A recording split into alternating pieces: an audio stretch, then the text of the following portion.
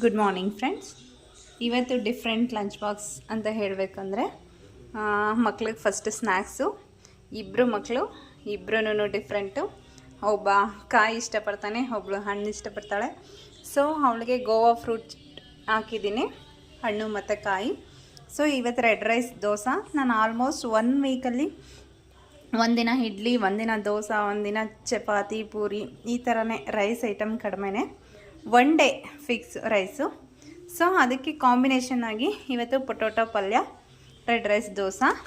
So daily ಏನು ಮಾಡಬೇಕು ಅಂದರೆ ಪೊಟೊಟೊ ತಿನ್ನಬಾರ್ದು ಅಂತಾರೆ, ಆವಾಗ ಸ್ವೀಟ್ ಪೊಟೊಟೊ ಆ್ಯಡ್ ಮಾಡ್ಕೊಬೋದು. ಸೊ ಮಕ್ಕಳಿಗೆ ತುಂಬ ಹೆಲ್ತಿ. ಕೆಲವೊಬ್ಬರು ಹೇಳ್ತಾರೆ ನನ್ನ ಮಕ್ಕಳು ಅಯ್ಯೋ ಟಿಫನೇ ತಿನ್ನಲ್ಲ ಅಂತ. ಅಂಥವ್ರಿಗೆ ಒಂದು ಸಜೆಷನ್ನು, ಆದಷ್ಟು ಕ್ರಿಸ್ಪಿಯಾಗಿ ಟೇಸ್ಟಿಯಾಗಿ ಮಾಡೋಕ್ಕೆ ಟ್ರೈ ಮಾಡಿ.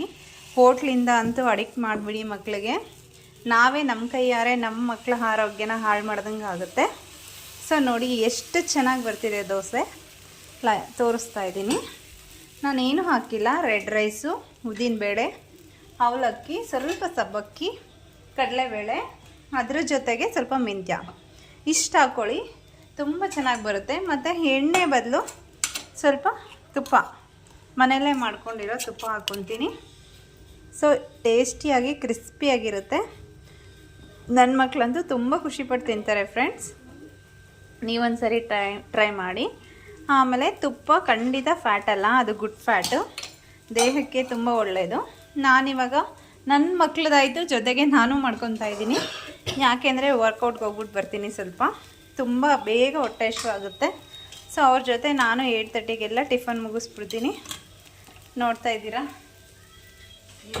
ಇದರಲ್ಲಿ ಮತ್ತು ಇವತ್ತು ಕರಳೆ ಸಾಂಬಾರು. ವಿಶೇಷ ಅಂದರೆ ನಮ್ಮ ಮಮ್ಮಿ ರೆಡಿ ಮಾಡಿಟ್ಟಿರೋದು ಬಿದಿರಿಂದು ಕರಳೆ ಬರುತ್ತಲ್ಲ ಫ್ರೆಂಡ್ಸ್, ಇದು ವರ್ಷಕ್ಕೊಂದು ಸರಿ ಆದರೂ ತಿನ್ನಲೇಬೇಕಂತೆ.